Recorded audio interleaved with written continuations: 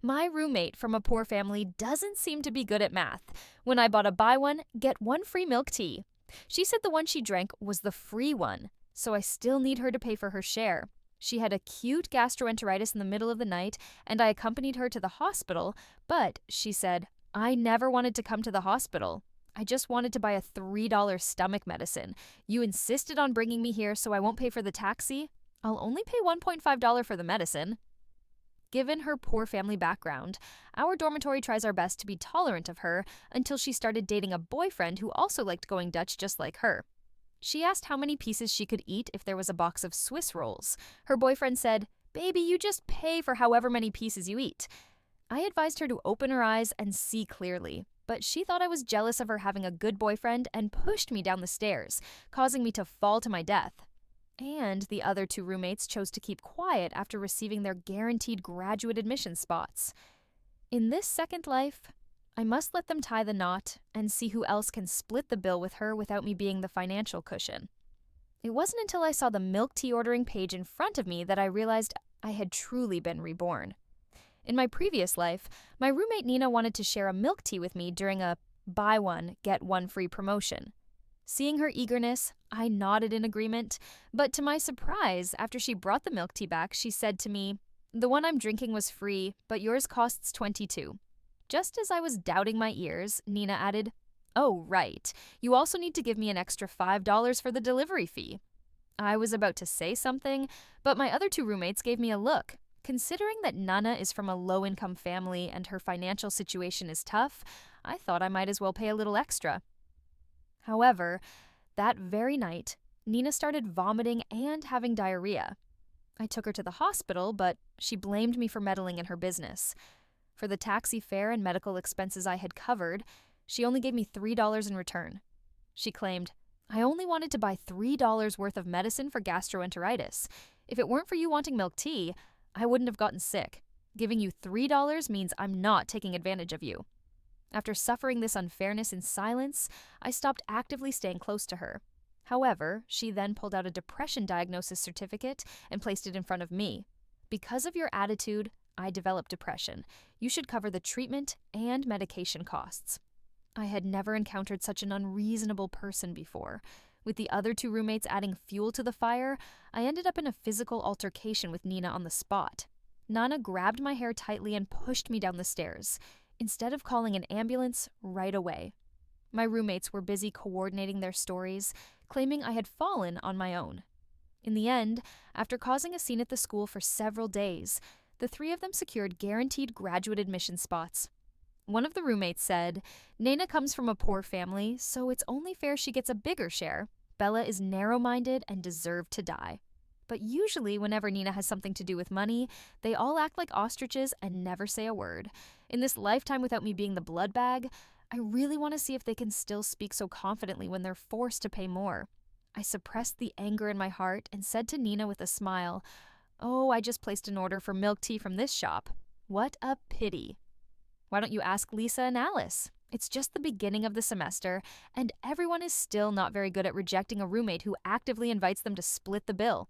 Soon, both Nina and Lisa placed their orders together. Nina even deliberately walked over to me and said with a hint of jealousy, Bella, I never expected someone as thin as you to be able to drink 2 cups of milk tea all by yourself. It must be nice to have money, unlike me who has to find someone to share an order with. Lisa and Alice immediately sided with her, nodding in agreement with Nina's words. Alice even added, so much money that you don't know where to spend it. I just smiled and didn't argue with them. It would only waste my breath to argue with them any further. The food delivery arrived quickly. Before I could even step out of the dorm to get it, I saw Nina, who had just gone out, come back carrying 2 delivery bags. She said loudly, I'm exhausted. The delivery fee is $5 per person. With that, she swiftly held out the payment QR code toward me. I crossed my arms and didn't move, just stared at her coldly. Lisa also clearly looked displeased. I knew Nina was testing my limits. The market price for school errands, like picking up packages and takeout, is $2 per trip. Nina took my takeout without my knowledge and then tried to force me to pay her an errand fee higher than the market price. I took a deep breath and could feel my blood pressure rising. Nina, I don't need you to run errands to get my milk tea, and you didn't inform me about this beforehand. I tried to reason with her. Besides, I saw that running errands on the wall only cost $2 per trip. Charging $5 is just too much of a ripoff. Who knew Nina's face would darken with anger? She stood up and became aggressive. Did I do something wrong by helping you get the takeout? You must know I'm a student from a poor family. Your family is so well off. What's wrong with giving a little extra as a friendship discount? It was the first time I'd ever heard of a reverse friendship discount. I don't want to break with Nina this early, but I won't let myself be taken advantage of either. I transferred her $2, not a penny more. We're just roommates, not friends. So let's stick to the market rate. Also, if you take my takeout without asking again, I won't be this lenient with you. As soon as the money went through, Nina immediately put on a pitiful expression. The two roommates who had watched the whole scene immediately gathered around to comfort her like dogs catching the scent of blood and didn't forget to take a jab at me. Nina's family is already struggling financially, and you're still being so petty. Even though your family has money, you're still so narrow-minded. It's okay, Nina. I'll transfer you $10. It's too much work for you to carry 2 takeout orders at once. With memories from my past life, I naturally knew what kind of person Nina was. As long as there was something to gain, she would absolutely drain others' wallets before she was satisfied. I just hope that by then they can still say such things. The 3 of them didn't enjoy their harmony for long. At midnight that same day, both Nina and Lisa started vomiting and having diarrhea. Alice was so frightened that she didn't dare speak, just sitting on the bed in a haze. What happened in my past life occurred again, but this time, I won't act as Nina's blood bank or split expenses with her according to her absurd calculations. I lay in bed listening to the chaotic sounds outside, but Nina didn't want to let me off. The bed curtain was pulled open and she stood in front of my bed saying, "Bella, can you take us to the hospital? We have food poisoning." I frowned. What does your food poisoning have to do with me? It's very rude to pull someone's bed curtain without warning. Almost as soon as I finished speaking, Nina immediately started wailing and playing the victim. We're roommates. How can you be so cold-hearted? Lending a hand in times of trouble won't hurt you. If I hadn't been reborn, perhaps I would have believed her words. But now I know that taking her to the hospital was just the beginning of me being taken advantage of. This time, I'm going to let my kind-hearted roommates have this opportunity to be exploited. Under my firm stance, the 3 of them still went to the hospital on their own. Before leaving, Alice gave me a look with an unclear meaning, but I didn't avoid it and met her gaze until she was the first to look away. A night passed, and I didn't wait for them to return. Instead, I was met with a visibly angry instructor. "Bella, your roommates are sick. How could you just stand by and not help them? You've just entered university, and your values aren't fully formed yet. You can't be so indifferent." You know, these words laced with criticism left me a bit bewildered. In my previous life, the fact that Nina pushed me down the stairs was kept under wraps, not only because my roommate covered for her, but also because the academic advisor played a part in it. It was only then that I found out the 2 of them were actually relatives, and the financial aid spot for needy students had been discreetly arranged for Nina by the advisor. Naturally, I didn't have a pleasant expression for him, but I still cooperatively put on a somewhat frightened look. "Advisor, I didn't think that much about it.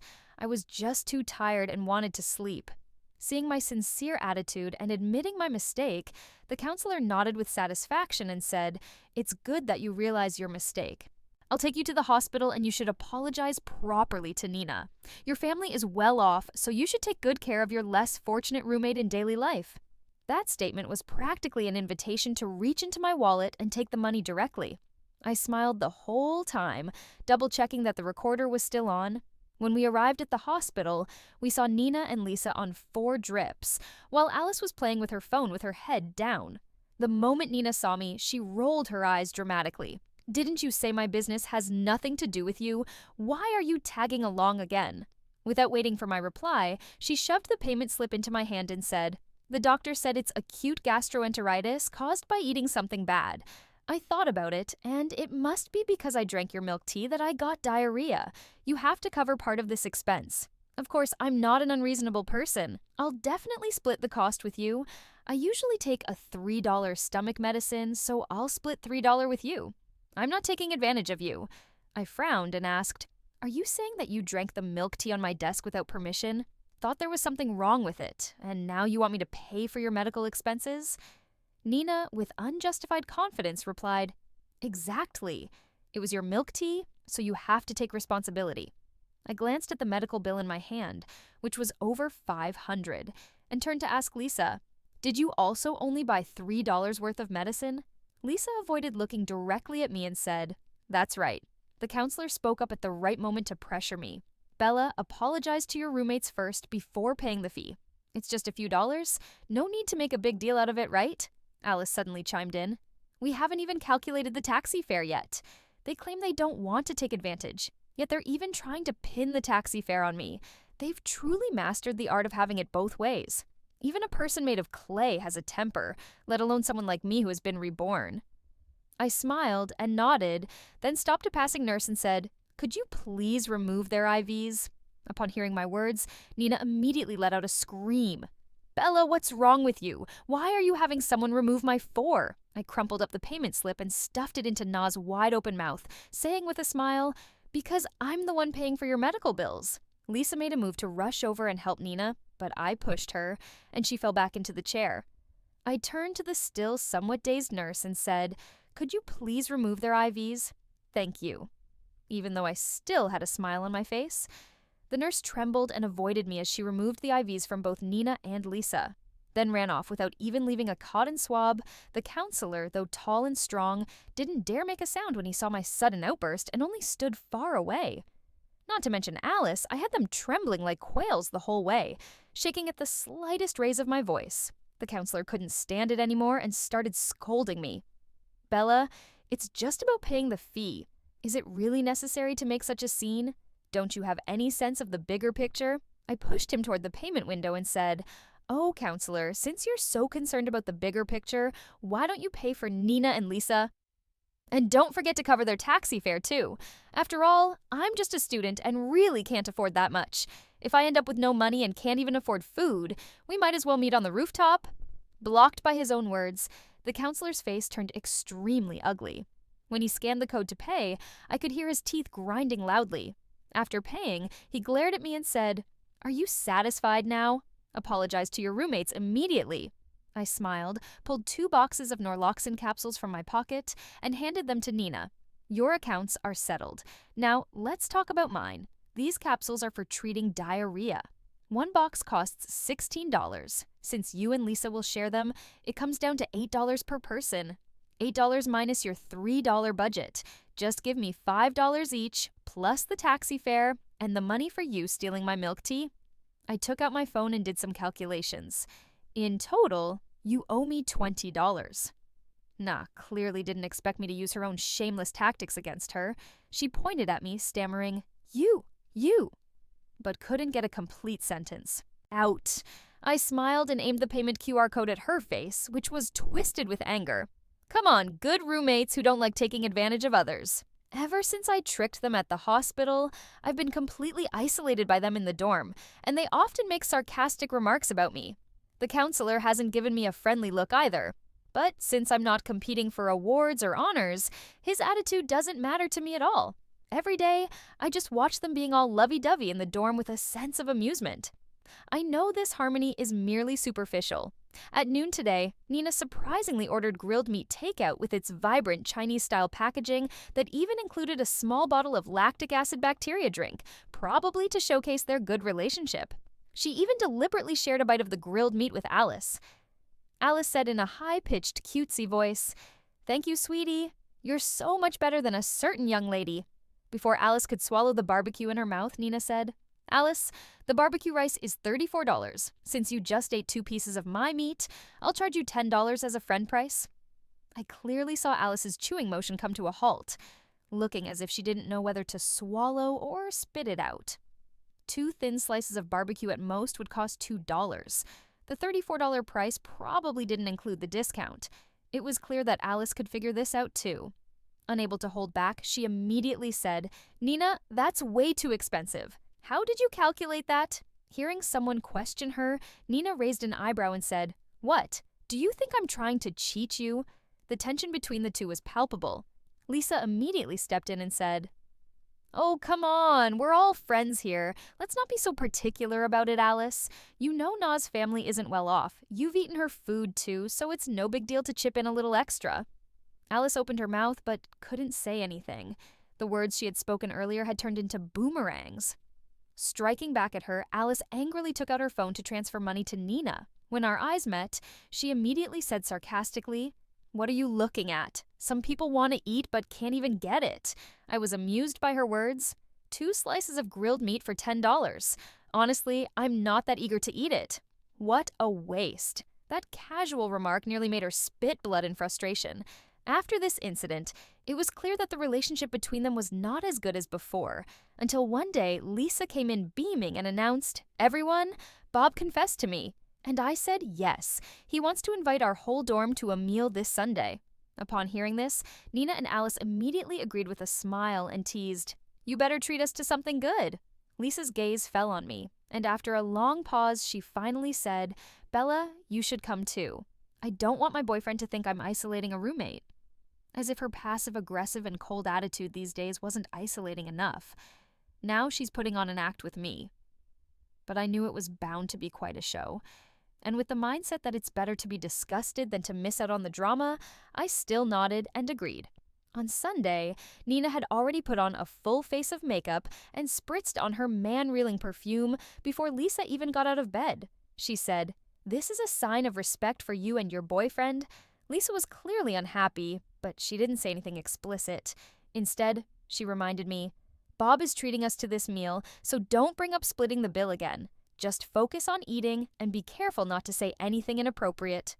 Nina fiddled with her freshly curled hair in the mirror, seemingly oblivious to Lisa's words.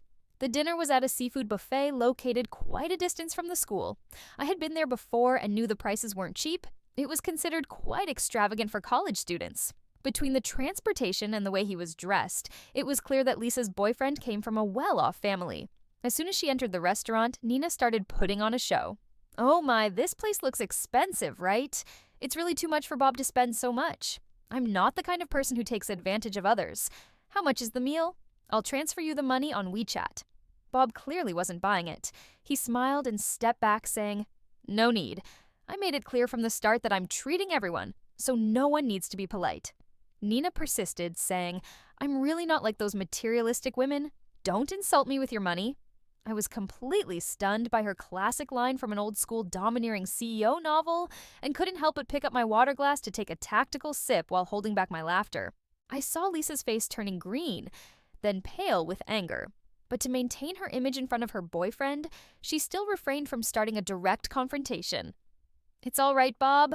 Although Nina doesn't come from a wealthy family, she's very strong-willed. If you don't let her pay her share, she definitely won't be able to sleep tonight," she said with a fake smile. "Nina, you can just transfer the money to my WeChat later." Their gazes met in the air, and I could almost hear the crackle of electricity. This meal was nothing short of spectacular. Nina seized every opportunity to get close to Bob, but Lisa blocked every single one flawlessly. The dinner table was a battlefield of sharp words and subtle maneuvers, while I sat in the corner and devoured 2 plates of watermelon.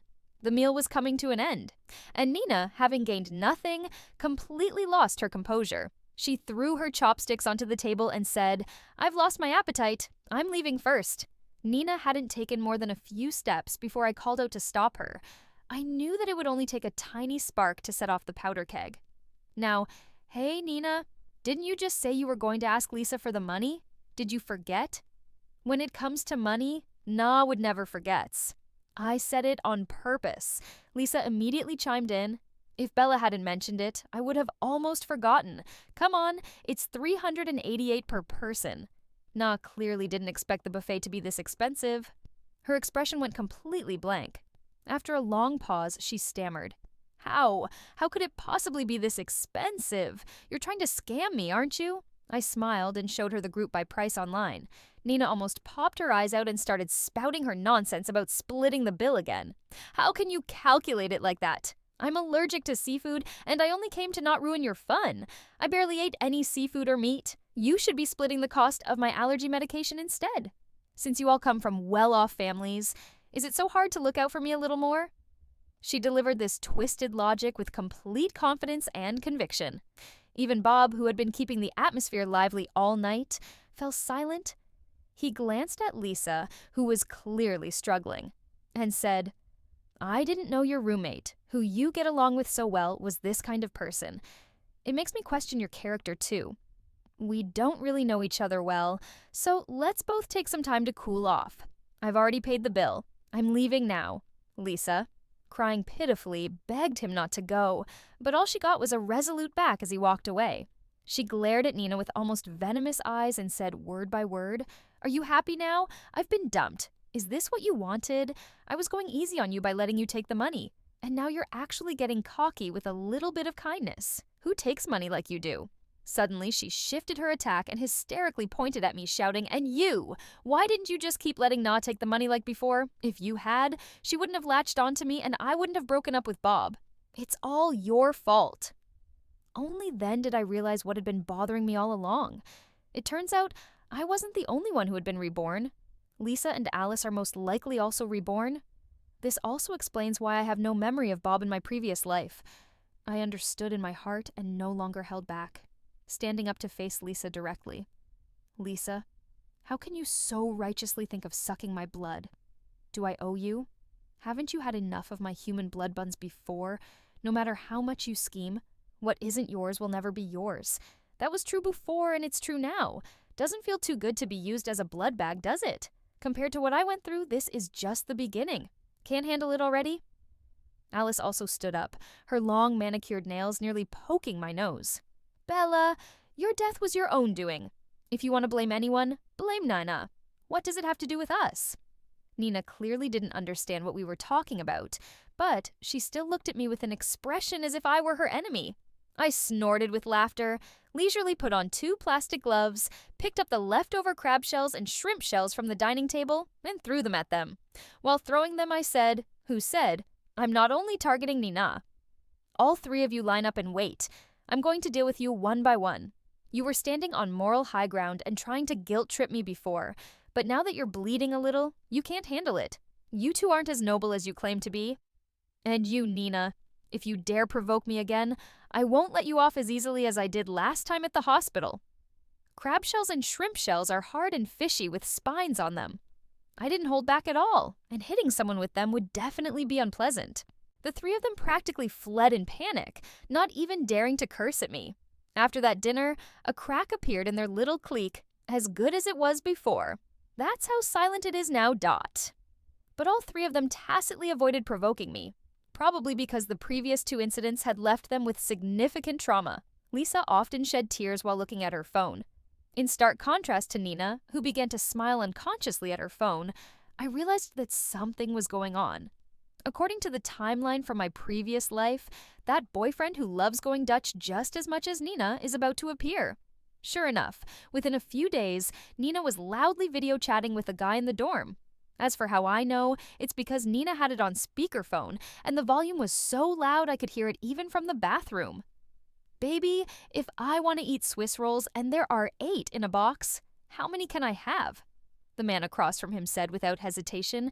"Each one costs $5, so 8 would be $40. Nina didn't get the answer she wanted and pouted in dissatisfaction, coltishly saying, "Then, honey, what if I don't have any money but still want to eat 8 Swiss rolls? Of course your husband will lend you the money so you can buy them. Don't forget to pay me back for yesterday's date expenses. 1 portion of braised chicken rice for $15, lemonade for $4, and a shared bike for $1. Just transfer me $20. I just waved that 50 cents for you, honey. Isn't your husband good to you?" Nina quickly nodded, but after a moment she realized something and asked, "But, honey, wasn't that glass of lemonade yours to drink? But, sweetheart, if it weren't for coming to see you, why would I ever splurge on something like lemonade? So it's not like I'm trying to take advantage of you. I bet you're just itching to reach into your pocket and pull out the money." They are truly a perfect match for each other. Even Lisa and Alice couldn't hide their smirks and amused expressions. But soon they couldn't laugh anymore because Nina's boyfriend said that Nina had the least belongings and the common area was taken up by the other 3. We all pay the same tuition. So why should they get to use more space? They must pay you back for it. When Nina said this, I even doubted my own ears. Is this something a person with normal thinking would say? Could it be that being in a relationship just makes things worse? Na's first target was me. Bella, you have so many clothes and bags, and you take up the most space in the dorm. You should contribute the most. Faced with a common enemy, Lisa and Alice also united, standing together against the outsider. That's right, the dorm is a shared space. You're being too selfish. I originally wanted to sit back and watch the fight, but since they've come right to my doorstep, I'm not made of clay either. I immediately replied, if you really have nothing better to do, you can take shifts with my dog every single day. You just look for trouble. Do I have to beat you up to make you feel better? Each person gets a quarter of the dorm space. Open your damn eyes wide and see clearly. Did I put my stuff beyond my quarter? My words were full of attack power. Moreover, I noticed that Nina had turned on her phone's voice recorder, thinking she was being discreet. But I saw everything. She maintained her innocent persona, shedding 2 pitiful tears, and said, But this is so unfair to us. If you have any issues, just say it directly. Please don't bully us like this. Without waiting for me to respond, she ran out of the dormitory. Sobbing, Alice crossed her arms and said with delight, Bella, how come you're still so foolish even after starting over, being played by Nina like a fool? Why don't you just jump off a building now? That would save us the trouble of coaxing her and waiting for the graduate recommendation spot. I replied with a smile. Oh, then you might be waiting in vain. Perhaps it would be faster to go deal with Nina right now. Both of their expressions noticeably changed. I know they must have had this plan in their hearts. They just needed a little push from the outside. Soon I came across a post titled, I think I'm being bullied by my roommate. The entire post was filled with hypocritical remarks, portraying herself as completely innocent and the other party as utterly unreasonable. With the added evidence of the recording, the comments below were all uniformly comforting Nana and cursing me. I thought Nina would patiently gather a bit more evidence, but I didn't expect her to be so impatient. Seeing that the post wasn't particularly popular, I even spent a few hundred out of my own pocket to boost its visibility and add fuel to the fire. The post went viral just as I had anticipated. Nina quickly started a live stream to play the victim. Some alumni dug up the school and major, and with Nina intentionally letting it slip. Everyone around me knew I was the main character. Even walking down the street, I could feel the probing and mocking gazes of others. Nina practically swaggered with pride as she bragged to me, Bella, I tried talking to you nicely before, but you wouldn't listen. Now look what happened. Your reputation is ruined. I've just been diagnosed with depression. If you still want to study peacefully at school, apologize to me right now and pay me back the money you owe. I sat on the stool frowning and asked, what money do I need to pay you back? After being reborn, I deliberately distanced myself from Nina. I really can't think of anything I need to pay her back for. Na took a small notebook out of her pocket, opened it, and read, First, the follow-up hospital checkups and a series of examination fees, initially estimated at $500. Second, for the electricity and water bills in the dorm. Since I live quite frugally, I should pay half the amount. You spend a lot of time in the dorm, so you should cover the rest of the expenses. Third, because of you, I developed depression. You must cover the cost of the diagnosis and treatment for my depression. She handed me a few sheets of paper. I took them and looked. Wow, sitting quietly in the dorm, and trouble falls from the sky. The depression diagnosis was mixed with several handwritten lists of date expenses, ranging from a cup of milk tea to hotel fees, adding up to nearly $100,000 in total. I couldn't hold back anymore and burst out laughing. Wait, you're charging me for the money you spent on hotel rooms with your boyfriend? Was I under your bed when you were in the room? You're even including that in the bill. Na clearly felt a bit guilty after being called out and raised her voice, saying, The doctor said I should do things that make me feel better, so of course the money I spent should be on you. As if she had thought of something. She snatched my phone to make sure I wasn't recording before saying, Bella, I've already given you a lot of face. The taste of being cyberbullied can't be pleasant, right? The counselor won't help you either. Isn't it worth it to spend a little money for some peace? Lisa and Alice both told me that although you're sharp-tongued, you're actually the softest at heart. My family isn't as well off as yours. My parents are just ordinary workers. If you take care of me a bit more in daily life, I'll be grateful to you. I knew Lisa and Alice must have been stirring up trouble behind my back. No wonder after I drew a clear line. Nah kept clinging to me instead of going after Lisa and Alice. They're taking advantage of the fact that I was bullied in my past life and want to suck my blood for another lifetime. You wish. You can have anything in your dreams. It directly made Nina so angry that she turned red. She immediately started drafting a post to criticize me online.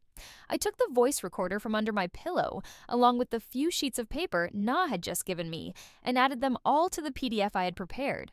I commented under her post, "I'm the toxic roommate in the post. Come at me if you're a real one." The homepage featured several screenshots from PDFs, and I specifically picked the most explosive ones, including but not limited to her chat logs with her boyfriend in the dorm, their arguments at the buffet, and her outrageous remarks about splitting bills in the dorm. Of course, the most shocking one was the photo of Lisa and Nina's dear husband hugging each other. This was something I had a private investigator gather. Net citizens were originally furious as they clicked into my account, ready to tear me apart until I doubted my own existence, but they were all dumbfounded the moment they entered. I feel like a frantic hedgehog scurrying through a melon field. I always felt that the previous person was deliberately playing the victim, but in reality, aside from a few seconds of audio, there was nothing else. No, this PDF is absolutely solid with clear logic and well-organized points. Does the poster offer PDF creation services? The OP is really a decent person. If it were me, if someone said those things to me, I would have fought with her on the spot. The public opinion suddenly reversed, as many net citizens who had criticized me before now turned to criticize Nina. But Nina didn't have time to read the online insults. She screamed and questioned me. "Did you Photoshop that picture? How could my husband betray me?" I shrugged and said, "If you don't believe me, there's nothing I can do." Nina angrily made a phone call, putting it on speakerphone so I could clearly hear what the man on the other end was saying. "Honey, were you set up by someone? I saw a photo of you hugging my roommate. It must have been a trick of the angle, right?" The voice on the other end sounded lazy. "Since you already know, let's break up. You're just too materialistic. I prefer a good girl like Lisa. You actually wanted to drink tea last time you went out. You've really changed. You've become the person I hate the most now." Nina sobbed, choking on her tears. "But I'm carrying your child. Are you going to abandon the baby too?" "I've already split the cost of the condoms with you. This child has nothing to do with me. Handle it yourself and don't come looking for me." After saying this, he hurriedly hung up the phone. Nina was left alone in the dormitory, breaking down in tears. Just then, Lisa and Alice returned. "Lisa, how could you be so shameless trying to seduce my boyfriend? Are you that desperate for a man?" Lisa crossed her arms, a look of disdain on her face. "You were so intimate with my boyfriend right in front of me. Did you think I was blind? What right do you have to accuse me now? That guy is so stingy. Only you would like him." This sentence completely enraged Nina. She raised her hand and slapped Lisa, the crisp sound of the slap echoing in the dormitory. Lisa wasn't one to take a loss either. She grabbed Nina's hair and the two of them started fighting. Alice screamed from the side, "Stop fighting, you two! Stop fighting!" I took advantage of the chaos to snap 2 photos and noticed that Nina had already picked up the fruit knife on the table, frowning. I quietly moved closer to the door. Almost immediately, Lisa rushed out the door ahead of me, only to be pushed down the stairs by Nina. It felt as if the scene from my past life was repeating itself. Only this time, it wasn't me who was pushed down. It was Lisa when I struggled out of the memories of my past life. Na was already approaching me with a knife in hand. Her eyes were bloodshot with rage as she said, "Bella, I've ended up in this state all because of you. I'm giving you one last chance. Keep your mouth shut and don't call the police, and I can secure a graduate recommendation for you." "If you don't shut up." She raised the knife in her hand, the threat unmistakable. Alice was so frightened that her legs went weak, and she said from the side, "Just agree to it, Bella. All you have to say is that you know nothing." Did they say the same thing to Lisa in their previous life? I smiled, pointed to the surveillance camera above, and said, "You probably don't know this, but the camera was fixed a few days ago. I was the one who reported it for a repair." Nina, who had been hysterical just moments before, suddenly became calm and said, "Bella, I'm sorry. I was really wrong. Can you let this go? I'll never bother you again. I'll go online to clarify right now. Please don't report me." "Okay." Suddenly, she lunged at me, a knife aimed at my face. I was prepared and dodged, causing Nina to tumble down the stairs. I met Alice's gaze, and as she turned to flee, I pushed her down the stairs too. I said with a smile. Just kidding, the camera wasn't fixed at all. Best friends should stick together, right? In the end, I still chose to call 119, not out of pity for the three of them, but for my past self. With the groundwork laid by the previous post, this incident caused a huge stir. The case of a female college student attempting to murder her roommate stayed trending for several days. Thanks to the timely medical intervention, Lisa was saved, but her spine was severely injured, and she will be confined to a wheelchair for the rest of her life. Nina and Alice, having used a human cushion, ended up with less severe injuries, though they still suffered fractures. The counselor was strictly investigated and given disciplinary action and dismissal to appease me. The school offered me a guaranteed graduate admission spot. I declined with my grades. I could have gone to a better institution, so why should I take this blood-stained opportunity? After a period of quiet, 2 police officers suddenly came to see me. "Hello, classmate. The suspect said she wants to see you. We hope you can cooperate. She suffocated 2 roommates in the same ward. Her mental state is extremely unstable now, and she insists on seeing you before she will cooperate with the investigation." The moment I made eye contact with Nina, I knew she had also been reborn. We were separated by thick bulletproof glass, but she still went crazy, desperately throwing herself against it. I thought she would say something insulting, but I didn't expect it to be a plea. "Bella, I beg you, can you please not pursue this? My child can't be without a mother, and you can be her godmother too in the future. My child can take care of you in your old age. I've already helped you kill those Lisa and Alice. You just need to do me this one small favor." I met her pleading gaze and said, "I don't want to split the cost of formula and diapers with you. Find someone who's willing to share expenses with you. And besides, you killed for your own reasons. Don't pin it on me." Walking out of the police station, the sun was shining brightly, and I knew a brand new future had begun.